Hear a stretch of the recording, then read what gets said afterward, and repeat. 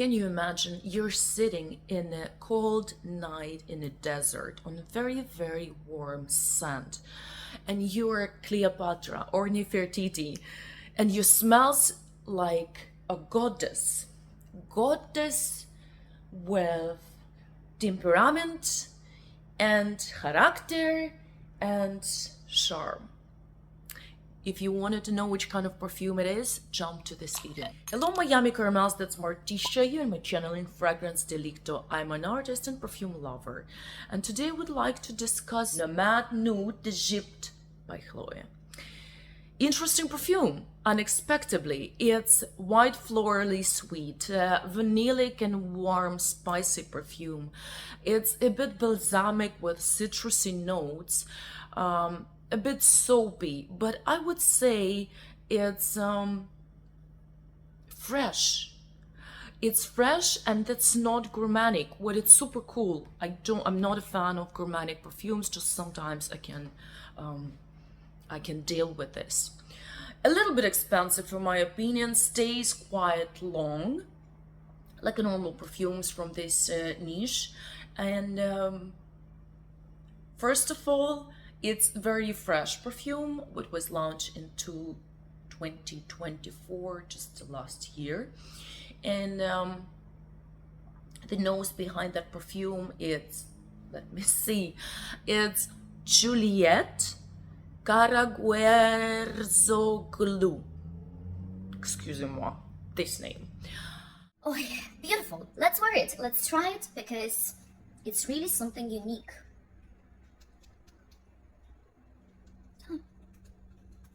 Have it sample. Very refreshing. I like it. You definitely can feel a top notes from the straight away. So it's myrrh, it's cinnamon, and it's ginger. I feel ginger, fresh ginger juice. You know, when you're cutting the ginger root and this kind of smell, you feel it straight away. I feel it straight away. Myrrh, it's interesting combination what starts with myrrh and ginger. It's a little bit soapy for me and a little bit bitter. Nice start. After 15-20 minutes, I already know that perfume. You can feel middle notes, broom, it's orange blossom, and Kyphi. Wow, Kyphi. I never feel the perfume like that before, with that Kyphi note. It's a little bit smells like a lollipop. When I was growing in Ukraine, we had those candies, what calls barbariska. And for me, it smells a little bit like that. It smells like barbariska. Interesting smell, freshy smell. It's the small touch of sweetness, but it's not heavy sweetness at all. Definitely, and that's what I really like. And this Kyphi for me, it's a little bit strange note. I didn't knew what it is exactly, but it's from group of musk, ambery, and animalistic smells. I would like to discover a little bit more perfumes, and I know what Marchand of Venice, Queen of the Night, have this note as well, and Chloé Nomade Lumière d'Egypte from Chloé. Interesting note, really. So the base note of the perfume, it's vanilla, what is actually obvious, Opoponax, and cypriol oil or Nagarmotha. Nagarmotha. Horrible pronunciation, yeah, I know, excusez-moi. Base note, I feel this Opoponax. It's some kind of sweet myrrh, and actually I like it. I have myrrh what I bought in a church, and it's nice smoky smell. It's a little bit sweet, it's a little bit balsamic, but it's interesting resin, a balsamic note, warm spicy fragrance, a bit like Olibanum Opoponax, what actually you can find that in a Lola James, also Harper Play, again, Santa Maria Novella Opoponax. Also have that note, interesting myrrh. In general, it's myrrh, and that's obvious. You can feel it. I like that base. It's sweet, but it's sweet with warmness. It's sweet without choking you. It's this kind of sweetness. It's not jelly sweetness. It's not sugary sweetness. Nice smell. I really love that. Nice base, and again, it's very important with that cypriol oil. It's some kind of moses and woody smell. The smell of jungles, I would say, jungles at night, the wood, jungle wood. I don't know if it exists, but for me it's like that. So the base really wearable, and this is, for me, that's interesting because I'm not a fan of the popular fragrances at all, like a pop fragrance. I'm not a fan of this smells what you can feel in everywhere, but it was interesting because it's powerful florally fragrance with some aromatic wooden accords and small touch of interesting sweetness, and especially ginger in the beginning. For me, that's interesting perfume.